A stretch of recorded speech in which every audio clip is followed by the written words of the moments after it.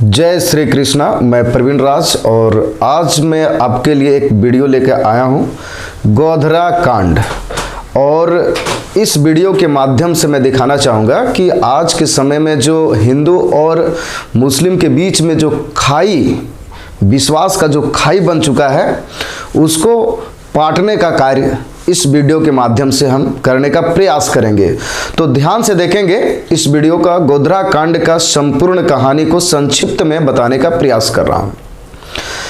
अगर बात किया जाए गोधरा कांड के बारे में, बाबरी मस्जिद से भी जोड़कर देखा जाता है। तो बाबरी मस्जिद की अगर बात करते हैं तो बाबरी मस्जिद का जो स्थापना हुआ था वो 1528 ईस्वी में बाबर का एक सेनापति था मीर बाकी ने इसका निर्माण किया था 1528 ईस्वी में।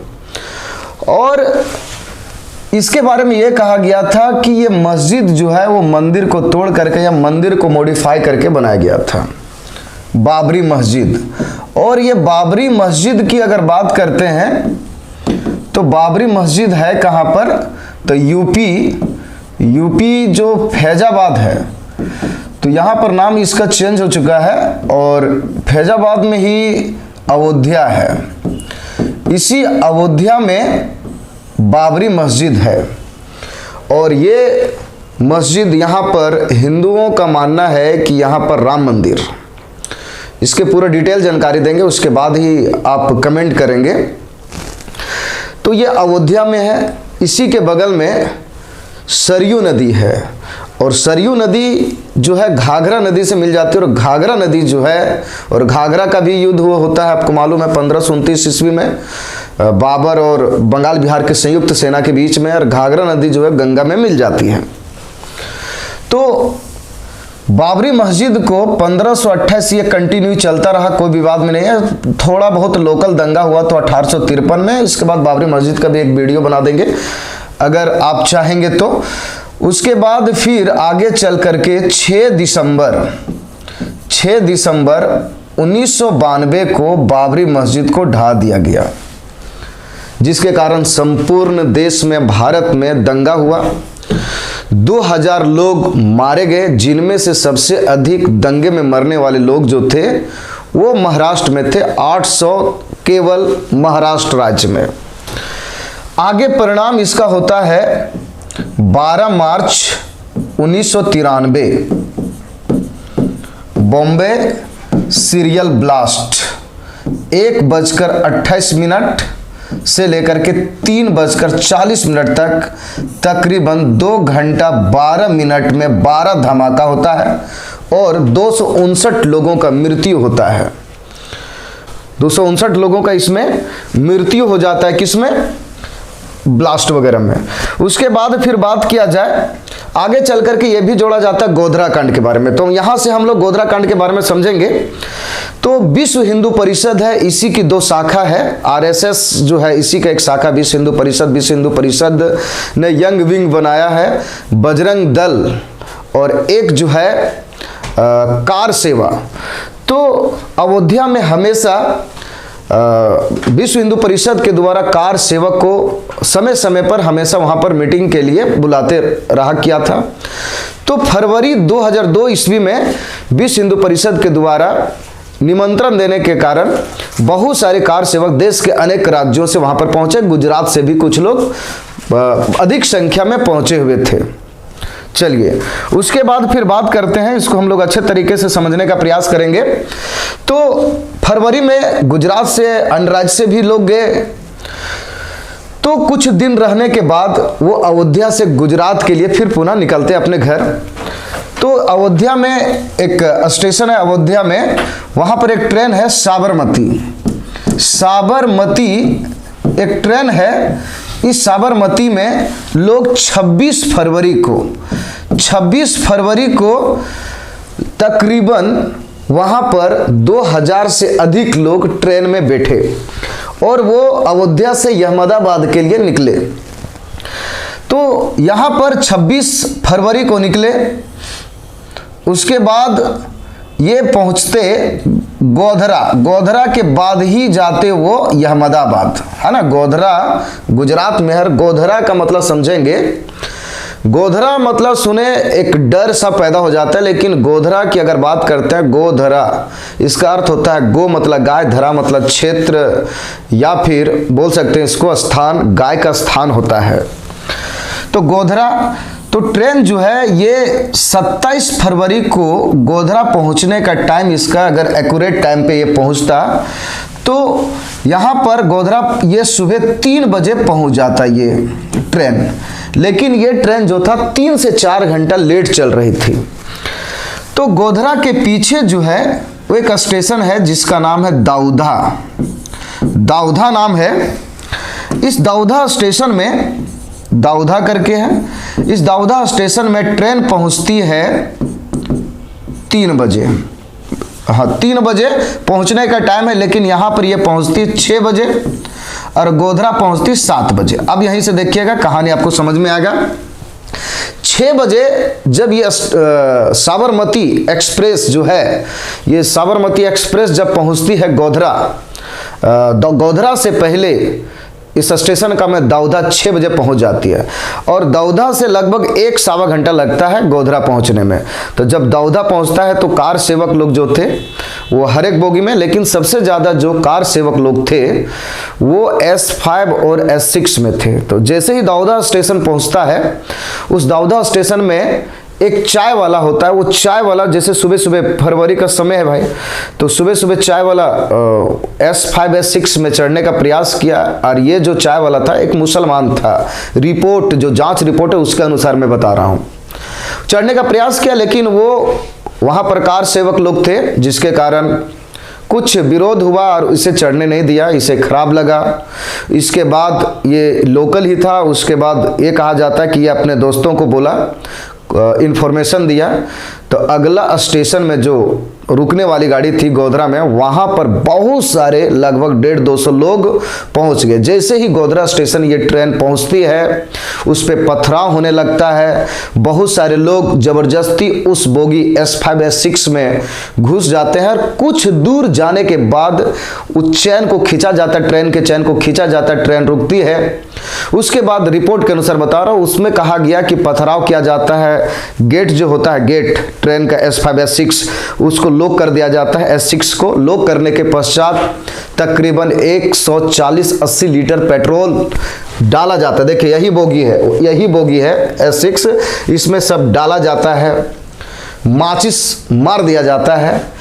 और जिनमें से जो बोगी में बहुत सारे कुछ ऐसे लोग थे, उन्होंने प्रयास किया, और जो इसमें जो सरिया रड रहता है, जो रड इसमें दिया रहता है, इसको अपने ताकत से कुछ लोगों ने उचाड़ दिया, और इस पे जो बच सके वो इस विंडो के माध्यम से वो चले गए।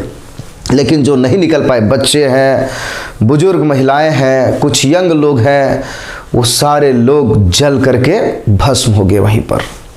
पुलिस आती है, दमकल आता है, आग पर काबू पा लेता है, लेकिन 59 लोगों का मृत्यु हो जाता है। अब यहाँ पर किसी को मालूम नहीं कि यह घटना हुआ कैसे, कारण क्या है। अब इस पे जो है, जब लाश जो था इसके परिवारों को इस समय समर्पित नहीं किया था, घटना घटते घटते 9-10 हो गया। अब इस लाश को उनके परिवारों को सौंपा नहीं गया, बल्कि ट्रक और 407 जो भी था उसमें उस लाश को लादा गया, और उस लाश को अहमदाबाद ले गया, लाश को अहमदाबाद ले गया। और वहाँ पर विश्व हिंदू परिषद के कब्जे में थे वो लाश। जनसंख्या बढ़ता चला गया, बढ़ता चला गया, लोगों की भावना में उसका बोल सकते हैं गुस्सा, ये सारे चीज़ जो है बढ़ता चला गया।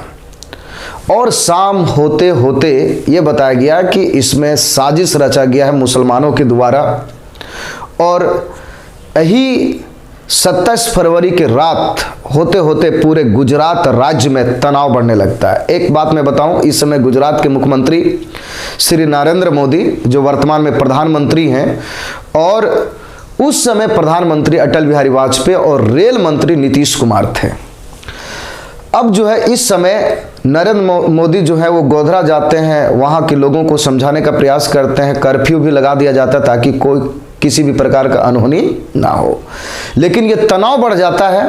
तनाव बढ़ने के पश्चात रात में छिटपुट कहीं पर दंगा होने लगता है। उसके बाद आता है 28 फरवरी का दिन।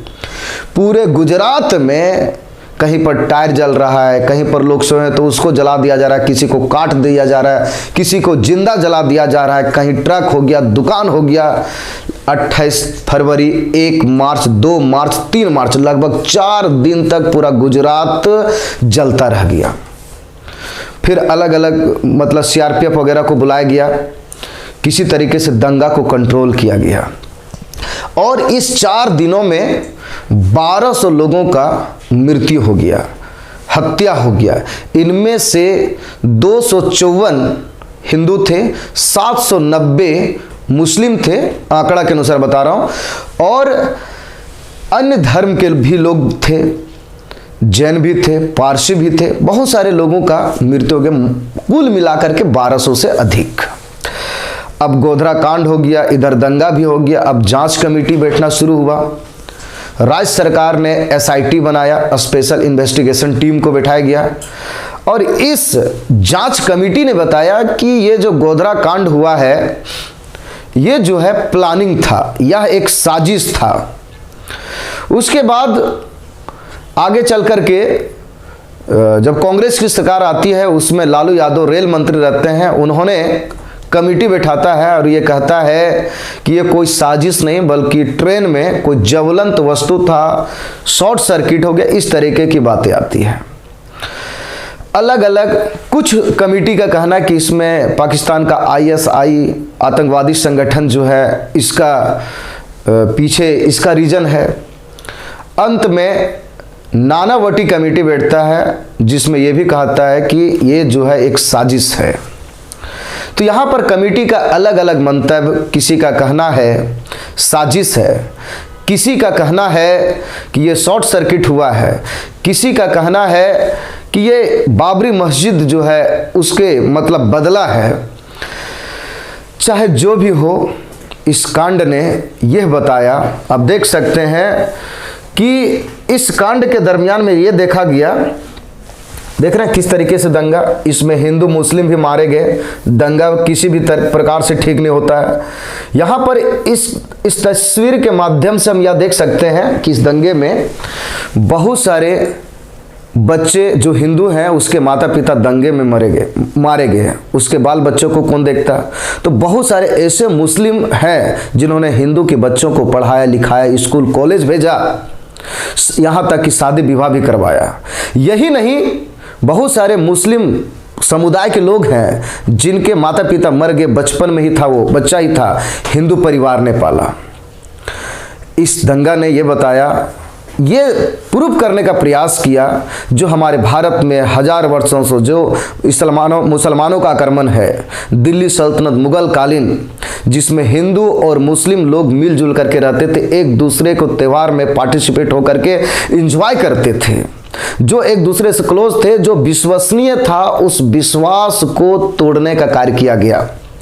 जब वहां के लोकल लोगों से पूछा गया, उसने बताया कि रिपोर्ट ने जो भी, जांच कमेटी ने जो भी रिपोर्ट सौंपा गया है या दिया है वो उसमें सच्चाई नहीं है, सच्चाई कुछ और है जो शायद इस जन्म में पता नहीं कि सच्चाई निकलेगा या नहीं निकलेगा, लेकिन इस सच्चाई को दबाने का काम किया है। इसके पीछे किसका हाथ है, इसकी जांच होनी चाहिए। हम यही कहना चाहेंगे कि इसमें कहीं ना कहीं हिंदू और मुसलमानों को तोड़ने का काम किया है। यहाँ पर राजनीतिक पार्टी अपने वोट बैंक के लिए रोटी सेकने का काम किया है और यहाँ पर भारत में दो धर्मों के बीच में लड़ाने का कार्य किया है। तो आपसे हमारी यही रिक्वेस्ट रहेगी कि हिंदू, मुस्लिम, सिख, ईसाई, जैन, बौद्ध, जितने भी धर्म के लोग हैं वो साथ मिल करके रहें, क्योंकि हमारा भारत एक धर्मनिरपेक्षीय है और यहीं पर हम सारे लोग मिलजुल करके रहेंगे तभी हमारा देश प्रगति करेगा। नहीं तो कुछ चंद लोगों के चक्कर में हमारा देश बर्बादी की कगार पे चला जाएगा, युद्ध होगा और बाकी चंद लोग यहाँ पर शासन करेंगे। धन्यवाद। जय श्री कृष्णा।